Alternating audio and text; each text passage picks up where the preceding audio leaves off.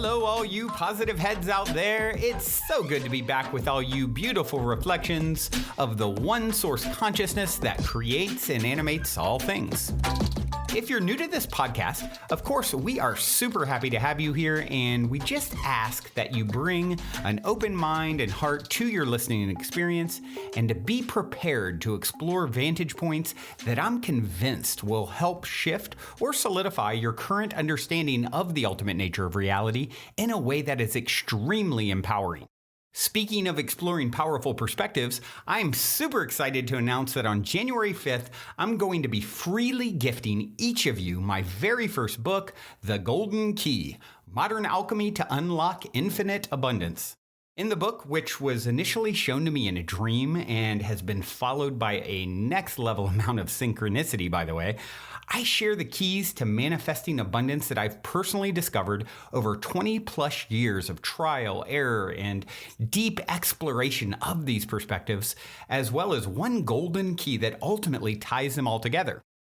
Also, I would like to invite you to participate in a unique abundance manifestation experiment with me and the other readers that is outlined in detail at the end of the book and at the book's website, goldenkey.gift, where readers will also share the inspiring results of their abundance manifestation experiments.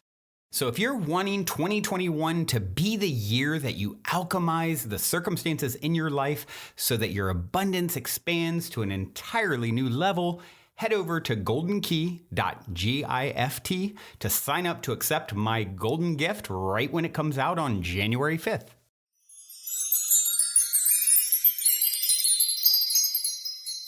All right, all you positive heads, welcome. Welcome back.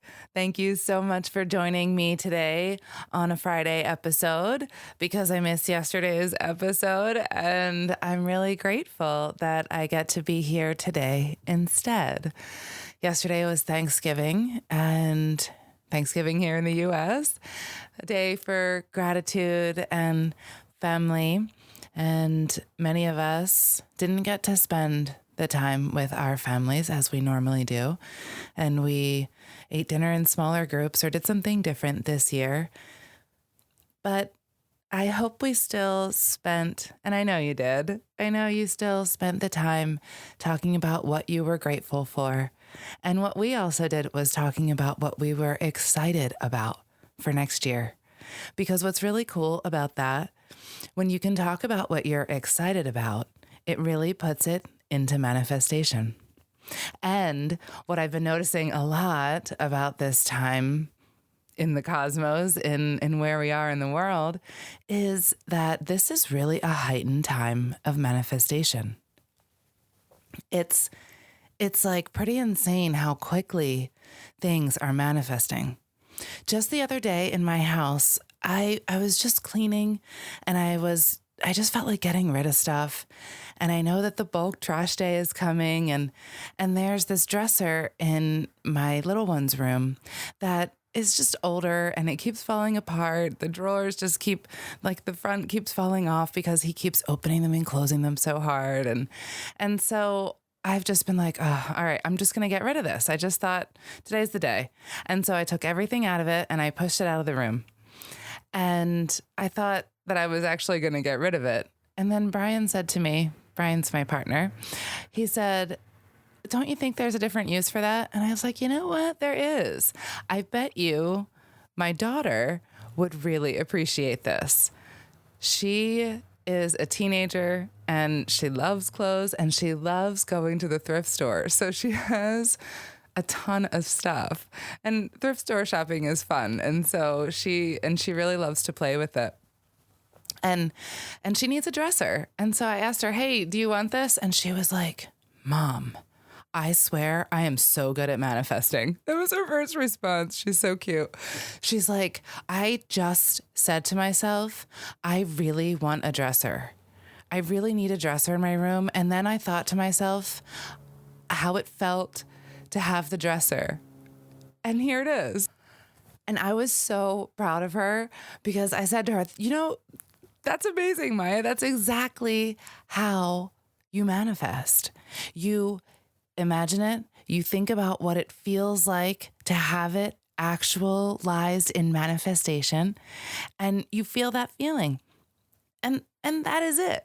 You let it go. And that's what happened. And it happened immediately.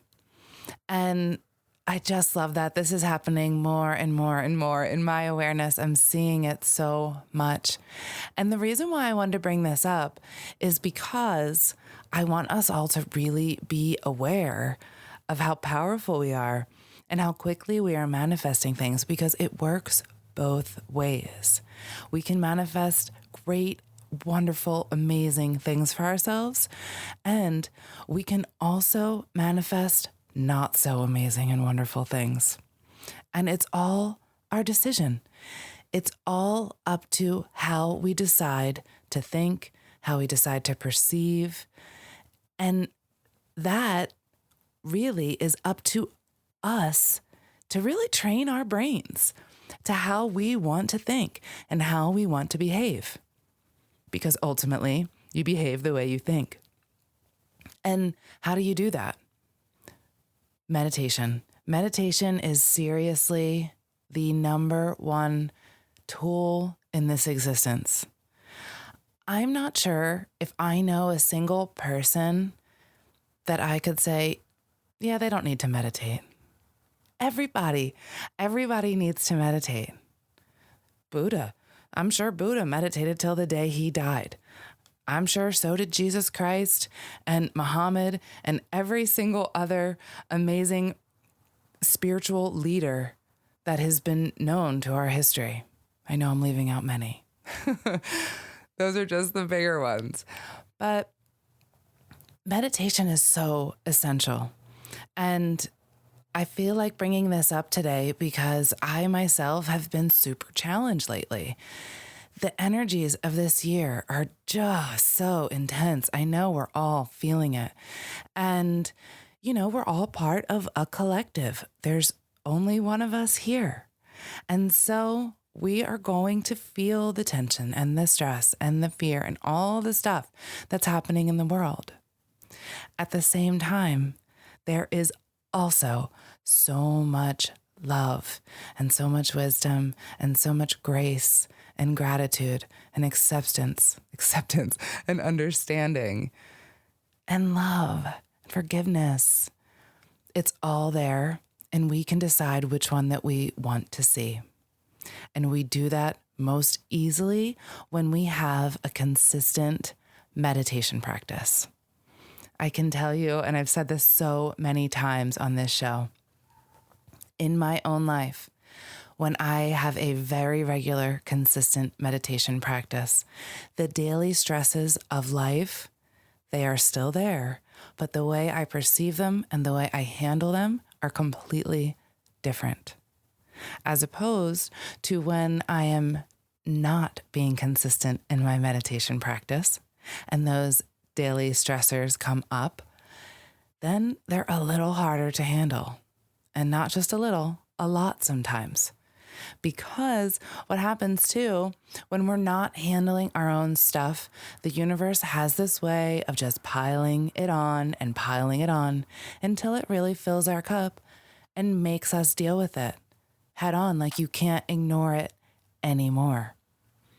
And that's another big theme, I feel like, of this year. The astrology, and I am certainly not an astrology expert, but I do love to look at it and delve in a little bit and learn as much as I can.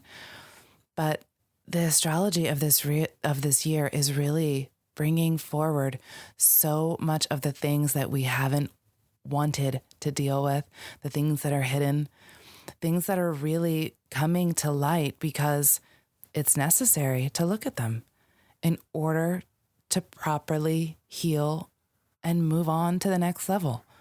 We are leveling up whether we like it or not, and this process is going to be easier or harder depending on us, depending on how we choose to roll with it.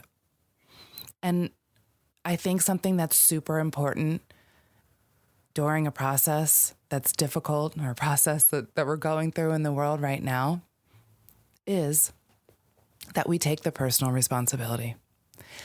everything is about personal responsibility. And the more we understand that, the easier it is for those around us, I'll say. The less we blame others, the less we look to outside things to soothe, appease, or do things for us to heal us. When we understand that it is no one else's responsibility but our own to take care of our own mind, to be able to talk ourselves down, to be able to use the power of our will to make a different decision, to choose love in every thought, in every moment, because we can. We have the power to do that.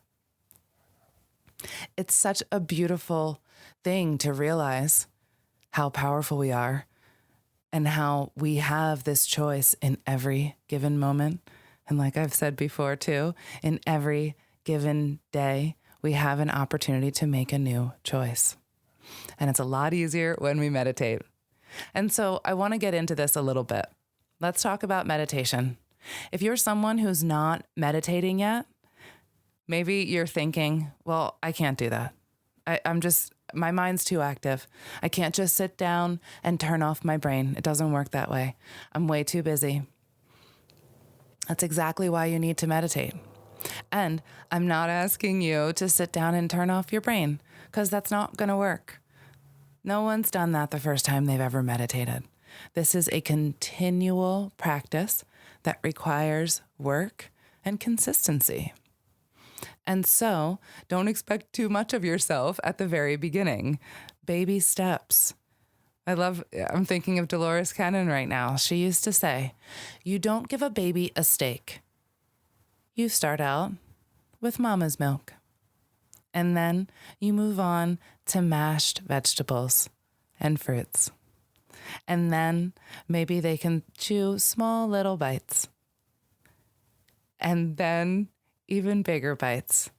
And it takes a while till a human being is ready to digest meat.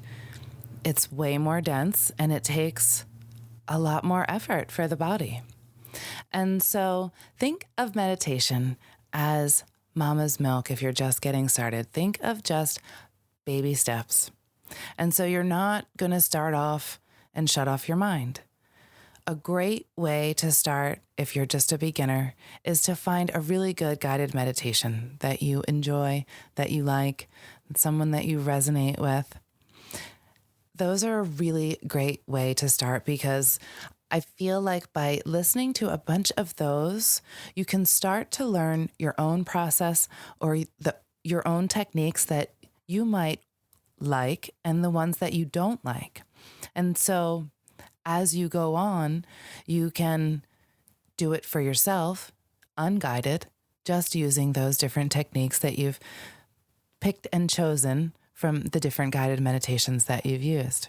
This is just the way that I've done it in my life. And so I'm just offering this advice because I think it's easy when you can take it step by step. And so a simple guided meditation at the beginning is a nice, easy way to do it. And after that, you might want to go through with no words because you want to have your own. And so then you might want to just listen to tones, binaural beats, crystal bowls, whatever it may be. Those tones and sounds are such a beautiful way to get you just centered and aligned. And ultimately, after you do that, and you do that for a while, for me, I got to a place where I just didn't want to do anything. I didn't want to have any external resources. I didn't want to use an app. By the way, there's lots of apps. If you want to start with those are a nice, easy way. But for me, I just wanted to do it for myself. I wanted to pick and choose from the different techniques and tools that I learned and do my own thing. And that has worked out the best for me.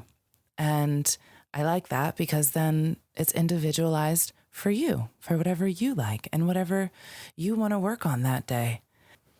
because as you get further and further into this process, it becomes easier and easier to listen to your guidance and work on your stuff personally. This, again, is all about personal responsibility and understanding our energies, our thoughts, our emotions, our physical bodies, all of it. What our spirit wants, what our heart wants. And, what's funny about that is that, the goal of meditation we often think of as quieting the mind, silencing the mind. But the thing is, it's about silencing the conscious mind so that our higher guidance can come in and talk to us. And so it's not a completely silent process. It's not for me anyway, and never has been. Yes, there are moments where I drift away and I go off into a dream-like or trance-like state where it does feel like a dream and I really don't remember what happens. It's like that dream that fades so quickly. It was there, but you have no idea what happened or you cannot explain it. And so, yeah, that happens sometimes, but very often it's this very more just active listening when I can take the time to go through the energetic process of quieting the mind. And I'm going to tell you how I do that because it really is very, very simple. It's so, so simple. We also do this in hypnosis. Really, all it is, you just activate this right side of your brain or the intuitive side of your brain, the side that has the imagination, the side that you visualize from, the creative side. And so use your creative side, use your imagination. And by using that, you automatically shut off your conscious mind. It's so beautiful. So what you do is, do it any way you want and however you figure it out in your process. But I'm going to share with you what I do. So I sit and I just breathe. The first thing I do is breathe. I make sure I'm nice and quiet. I put my feet on the ground. I close my eyes. I like to be in nature. Some people like to sit in a meditative space that they've set up in their home, depending on what the temperature is outside. For me, it's beautiful out right now. I like it a little chilly. So I sit outside, and nature is like my church. So that's my altar. That's my altar space. That's my ritual space. So I sit out in nature, close my eyes, feet on the ground, and I really focus my intention on centering my energy in my heart and grounding my energy to the earth. Because a big point of meditation for me is to focus on my connection to the whole, my connection to source, the divine, and my connection to the earth, to all of us here. And so I focus on centering and grounding my energies. At that point, I like to put a energetic protection around myself, because anytime you do energy work, it's just a good idea. It's a good idea to set the intention that the only energies that are allowed in my space are of love, light, and unity. And that's it. It's so simple. And for me, you can use I use a pyramid structure because pyramid power is intensely powerful. And so I've done that for many years. Instead of a bubble, many of you might use a bubble. I like a pyramid. I feel like it's more powerful. So I put my pyramid around me, and I use that as my intention that nothing can enter my space but love, light, and unity. And then I also recognize that that is all that I am, that is all that this space contains in the first place. So that is all that can enter it, because that is all that it is.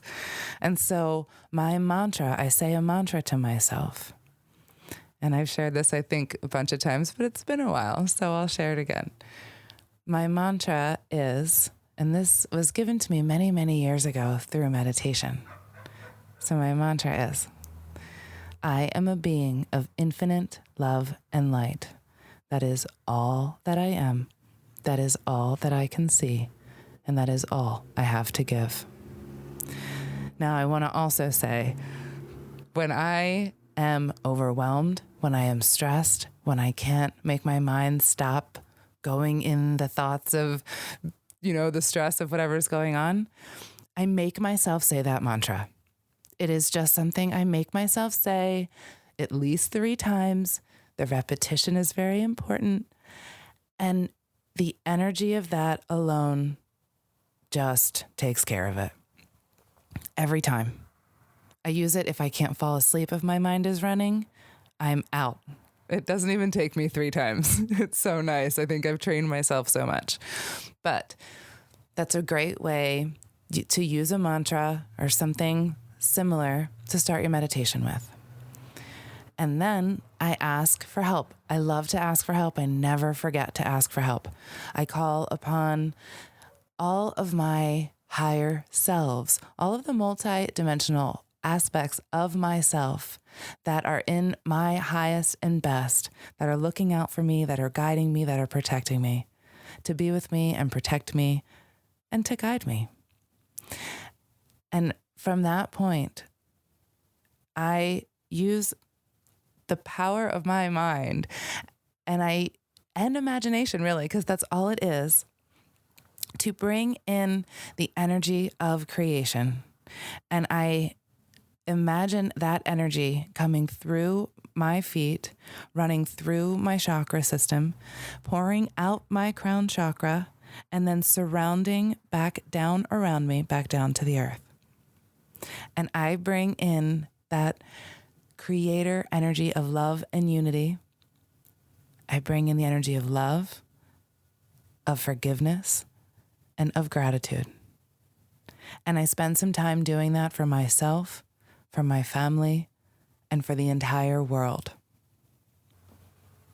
And then I usually check in with each one of my energy centers. And I just, in my brain, imagine it. And I usually get a picture or an image or a color. And sometimes it's really vague. A lot of times it's really vague and cloudy looking. But sometimes it's a feeling. And I just kind of trust whatever comes. And if I notice that there's something like off about it, then I'll ask my higher guidance, what's off about this? And what's the blockage here? Or what is it that I need to understand? And from there, usually there's another guidance that comes. And so I just go through this process of checking in with my energy system and encouraging the proper energy flow, asking for help, and really checking in and asking why and trying to understand. And even if I don't understand, then I just try to run the energies and do what I can. We can only do what we can. And so we can't be hard on ourselves. We can't expect to just clear ourselves of everything negative in one meditation session or, even in a bunch. This is a journey. And, I know for myself, the things that I am here to learn, I am taking my sweet old time to learn. And yeah, they get thrown in our laps and it's really fun when we get to revisit them. Meditation is a great way to do that. It's a great way to look at things objectively from a place of love and from a place where you are completely held in love and where you can get guidance from your inner being, from your higher self. And so those are just a few of my tools and techniques. The way I end my meditation, a lot of times I will just kind of sit quiet for a minute and see what comes and go with that. Sometimes that's a while and sometimes it's not so long. Depends on the day. After that, I ground my energies. I spend time in thanks, being grateful for the help that I have been given and sending all the energies that have been circulating through me back to the earth, back to creation with much love and much gratitude. And then I disconnect and that's it.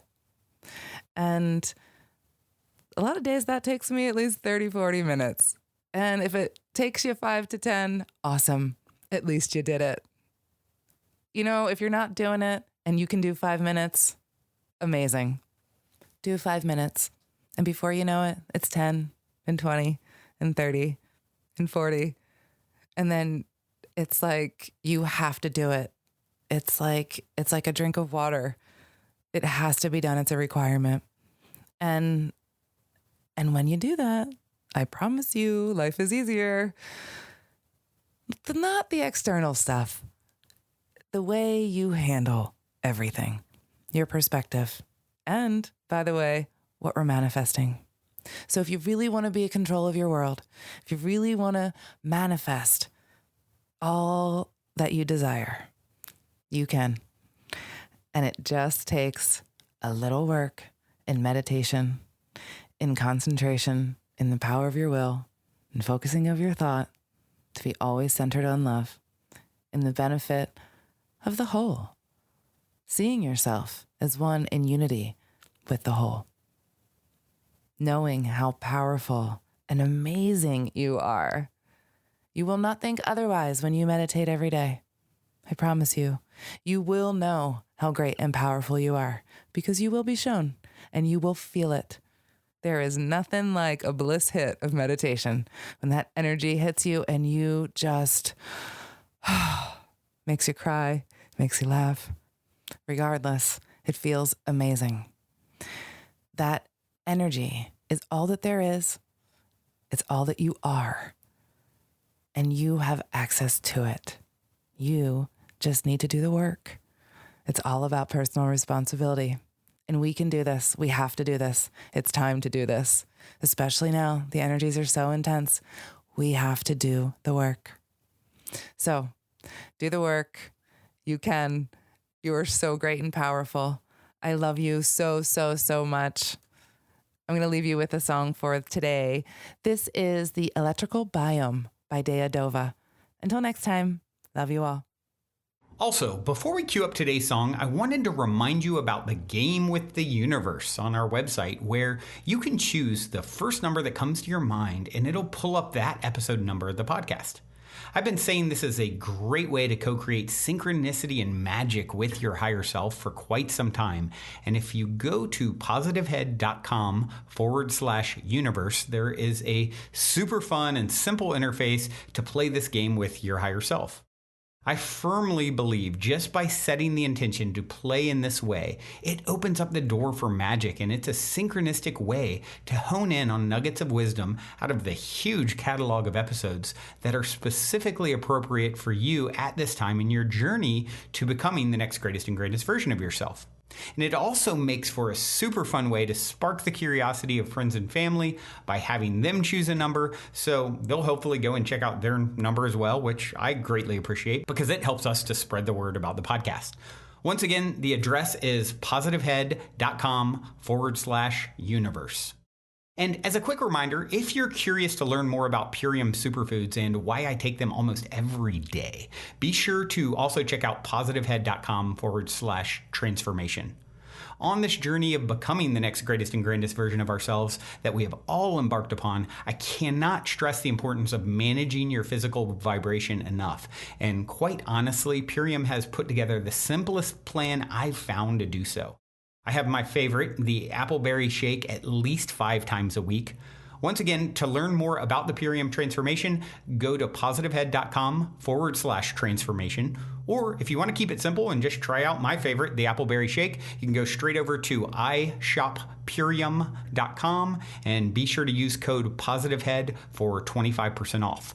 I'll spell that for you. It's ishoppurium.com.